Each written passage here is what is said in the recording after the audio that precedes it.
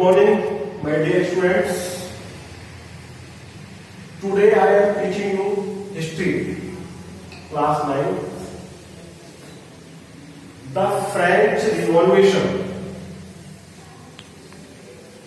History का जो chapter first है, द फ्रेंच रिवॉल्यूशन, फ्रांस की क्रांति। रिवॉल्यूशन एक इतना अपने आप में स्ट्रॉन्ग वर्ड है कि रिवॉल्यूशन कब होती है? रिवॉल्यूशन जब आती है जब सोसाइटी के अंदर इंफीरिटी और सुपीरिटी होती है, रिच और पुअर के बीच में बहुत बड़ा गैप आ जाता है। जब सोसाइटी के अंदर पब्लिक के जो राइट्स होते हैं उनमें इक्वलिटी नहीं होती, तब किसी भी स्टेट में, किसी भी कंट्री में और रिवॉल्यूशन होती है, क्रांति होती है। तो जो फ्रांस की रिवॉल्यूशन है, फ्रेंच रिवॉल्यूशन, ये बहुत ही महत्वपूर्ण है। और जब फ्रांस की क्रांति हुई तो इसके बाद वर्ल्ड में बहुत बड़ा बदलाव हुआ। फ्रांस के बाद अर्थात फ्रांस की क्रांति के बाद फ्रांस में ही नहीं, उसके देखने से पूरे वर्ल्ड में धीरे धीरे बहुत चेंजेस आए। तो फ्रेंच रिवॉल्यूशन को समझने के लिए हम सबसे पहले एक छोटे डायग्राम के थ्रू और इसका क्लासिफिकेशन देखेंगे कि social scenario of France before revolution. France की क्रांति होने से पहले जो फ्रांस की पब्लिक, जो वहां की जनता थी, उसको किस तरह से डिवाइड कर रखा था। फ्रांस की क्रांति से पहले समाज एक परिदृश्य के रूप में आपको मैं बताता हूं। तो इसको 3 पार्ट्स में डिवाइड किया गया है।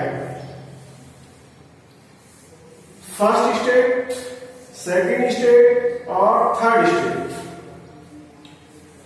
फर्स्ट जो नंबर 1 सोसाइटी के अंदर जिनका सबसे ऊंचा स्थान था, जिन्हें पुलिंग वर्ग कहा जाता था, जिसके अंदर जैसे क्लर्जी मीन्स होता है जिसे हम चर्च के पादरी कहते हैं, और अगर इंडिया में बात करें तो उन्हें पुरोहित वर्ग कहा जाता है, अर्थात जो चर्च या टेम्पल्स का रखरखाव करते हैं, पूजा पाठ कराते हैं, उनका सबसे ऊंचा स्थान माना गया है पादरी या पुरोहित वर्ग, उसे क्लर्जी कहा जाता है। और ये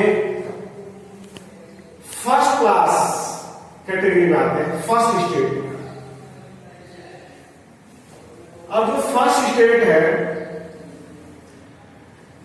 उसके अंदर जैसा ये चाहते हैं उसके अकॉर्डिंग इसके नीचे वाली जो सोसाइटी है उन्हें अपना वर्क परफॉर्म करना। सेकंड स्टेट आता है जिसमें आता है नोबिलिटी। नोबिलिटी कहा जाता है जो रिचेस्ट पर्सन होते हैं, जिन्हें हम अमीर कहते हैं या जिन्हें हम रईस लोग कहते हैं।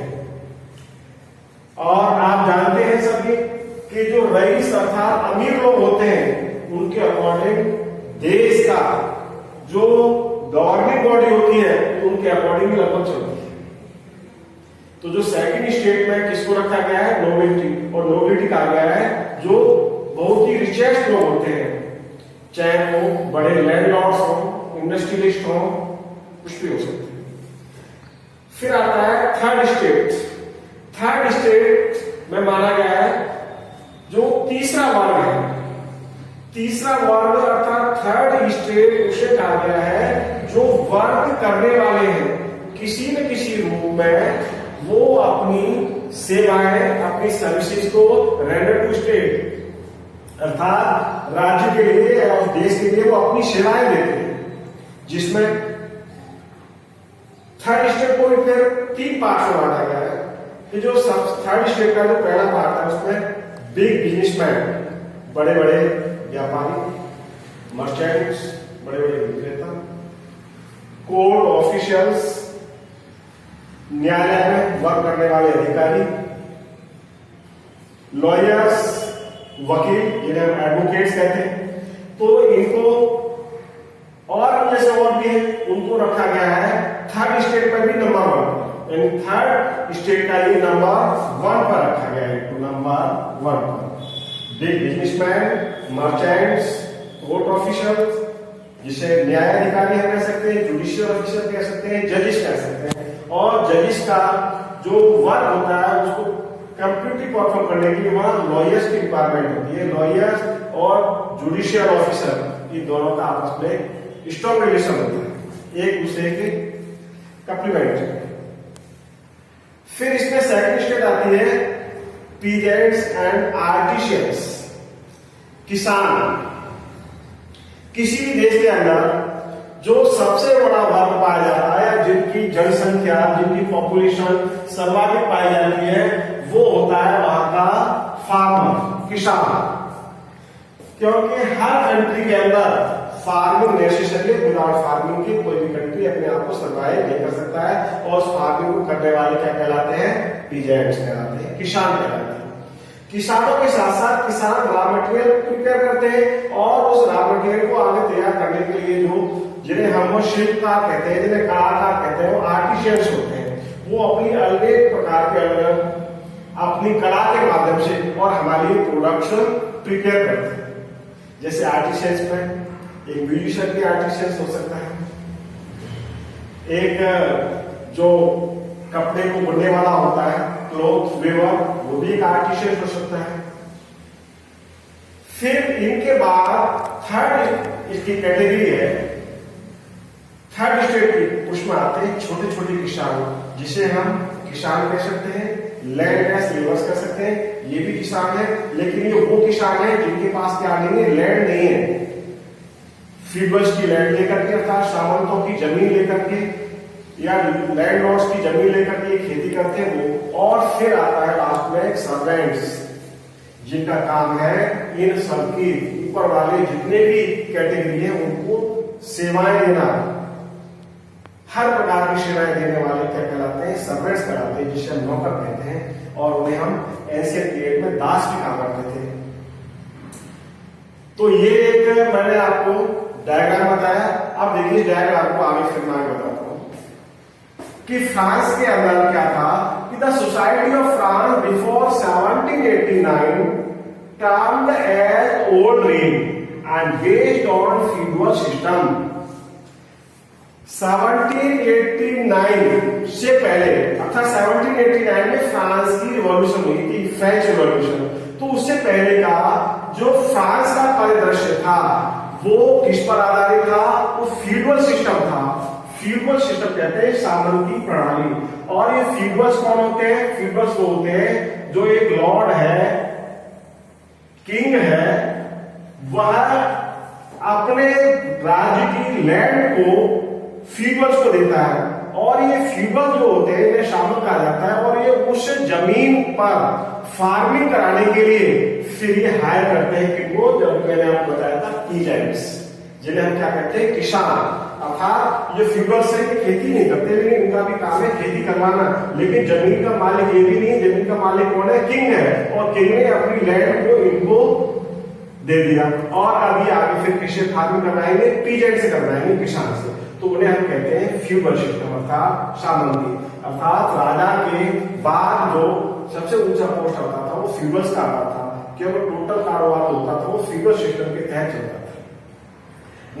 अब जो किसान होते थे वो और वर्कर्स होते थे, तो peasant and workers were known as vassals. जो किसान और काम करने वाले लोग होते थे उनको उसमें वासल्स कहा जाता था। और वासल्स का मीनिंग होता है जिसे हम कहते हैं दास।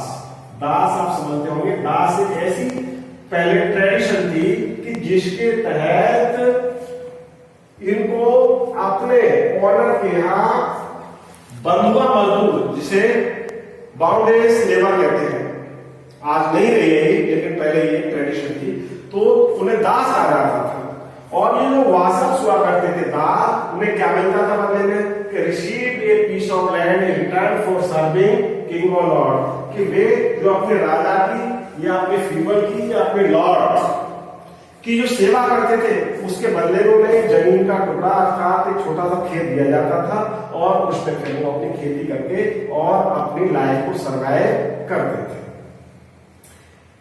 इसी फीडर सिस्टम के तहत during this old dream society में डिवाइडेड इन 3 स्टेट कि जो समाज था वो कितने भागों में बांटा गया था, 3 भागों में बांटा गया था। मैंने आपको बताया कि फर्स्ट स्टेट, सेकंड स्टेट में नोबिलिटी, फर्स्ट स्टेट में क्लर्जी जिसे हम पुरोहित वर्ग या पाद्री वर्ग कहते हैं, और थर्ड कैटेगरी थी उसमें मैंने आपको बताया कि बिग बिजनेसमैन, बड़े बड़े व्यापारी, विक्रेता, मर्चेंट, और कोर्ट में वर्क करने वाले जिन्हें हम जजेस कहते हैं, जुडिशियल ऑफिसर कहते हैं, लॉयर्स, एक्सेट्रा, डॉक्टर्स, टीचर सभी आ जाएंगे इसमें, इस टाइप की जो अपनी सेवाएं देते हैं। और फिर इसको 3 भागों में बांट दिया।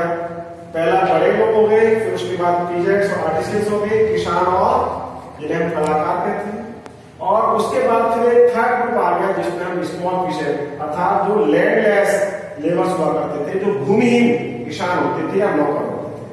अब इसमें क्या था, जो लैंड का ये डिवाइडेशन था बिफोर 1789, वो क्या था कि फ्रांस की जो जमीन के मालिक थे वो कौन थे कि 90% फ्रेंच वर पीजेंट, क्योंकि मैंने आपको बताया कि हमारे देश में इस समय इंडिया में भी 75% आर फार्मर्स, लगभग या हमारे देश का जो मेन ऑक्यूपेशन इंडिया का वही एग्रीकल्चर डिपेंड है। तो अदर कंट्रीज में भी ऐसा ही रहा है। तो फ्रांस में 90% लोग किसान होते थे, 90% तो किसान होते थे, लेकिन 60% लैंड जो वहां की 60% जमीन थी वो किसके पास थी, नोबल्स के पास थी, अमीरों के पास थी, अर्थात सभी के पास जमीन नहीं थी।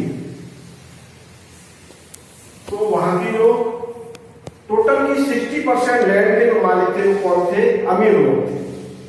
फिर क्या था कि जो चर्च, जितने भी यूरोपियन कंट्रीज हैं वहां पर क्रिश्चियनिटी है सर्वाधिक। सर्वाधिक क्या है, क्रिश्चियनिटी। और क्रिश्चियनिटी किसको मानते हैं, चर्च को मानते हैं, चर्च को अपनी क्रिया करते हैं। और चर्च इतना स्ट्रांग है कि जैसा कि इंडिया में भी एंशिएंट पीरियड में टेम्पल्स बहुत स्ट्रांग हुआ करते थे। यहाँ पे total decision, total governing body कहां पहले है, टेम्पल्स के अंदर बैठा करती थी। उसे सबसे पवित्र जगह माना जाता था, होली प्लेस। तो ऐसा ही फॉरेन में रहा। तो वहां जो चर्च और जो अमीर लोग थे उनको बाय बर्थ प्रिविलेज, जन्मजात सुविधाएं दी जाती थी। किनको, जिन्हें हम पुरोहित कहते हैं या पादरी कहते हैं, चर्च का उसे फादर भी कहा जाता है। इन लोगों को बाय बर्थ क्या फैसिलिटी थी कि बाकी सभी से को टैक्स दिया जाता था, लेकिन ये जो चर्च को मैनेज करने वाले और जो अमीर लोग थे इनको such as exception of tax to state, जो राज्य अर्थात राजा के ट्रेजरी में जितना टैक्स के रूप में कलेक्शन होता था उस टैक्स को चर्च वाले और अमीर लोग नहीं देते थे, अर्थात इनको बाय बर्थ छूट मिलती थी। क्योंकि इनको उच्च वर्ग माना गया इसलिए टैक्स से ये फ्री थी। अभी मैं आपको बता रहा था जो पीजेंट्स था, जो किसान वर्ग था, तो किसानों की जो पोजीशन थी वो इतनी माइजरफुल थी, इतनी दयनीय थी कि peasants were want to render services, किसानों को सेवाएं देने के लिए भेजा जाता था। क्योंकि अपने राजा की, अपने लॉर्ड्स की क्या क्या सेवाएं, उनके घरों में काम करते थे, खेतों में काम करते थे क्योंकि लैंडलेस हुआ करते थे। आर्मी, राजा की जो सेना थी उसमें भी इनको काम करना पड़ता था। और राजा के द्वारा चलाए जाने वाले ढेर सारे प्रोजेक्ट होते थे, पब्लिक प्रोजेक्ट, उसमें भी इनको काम करना पड़ता था। जो चर्च होता था बिफोर 1789 फ्रांस में, उस चर्च को भी इतने अधिकार थे कि वह रिक्वायरमेंट के अकॉर्डिंग, आवश्यकता पड़ने पर चर्च भी इतना पावरफुल था कि वह फ्रांस की जनता पर टैक्स लगा सकता था और उस टैक्स को कहा जाता था टीट्स। जो थर्ड स्टेट, मैंने अभी आपको थर्ड स्टेट की 3 कैटेगरी बताई, उनका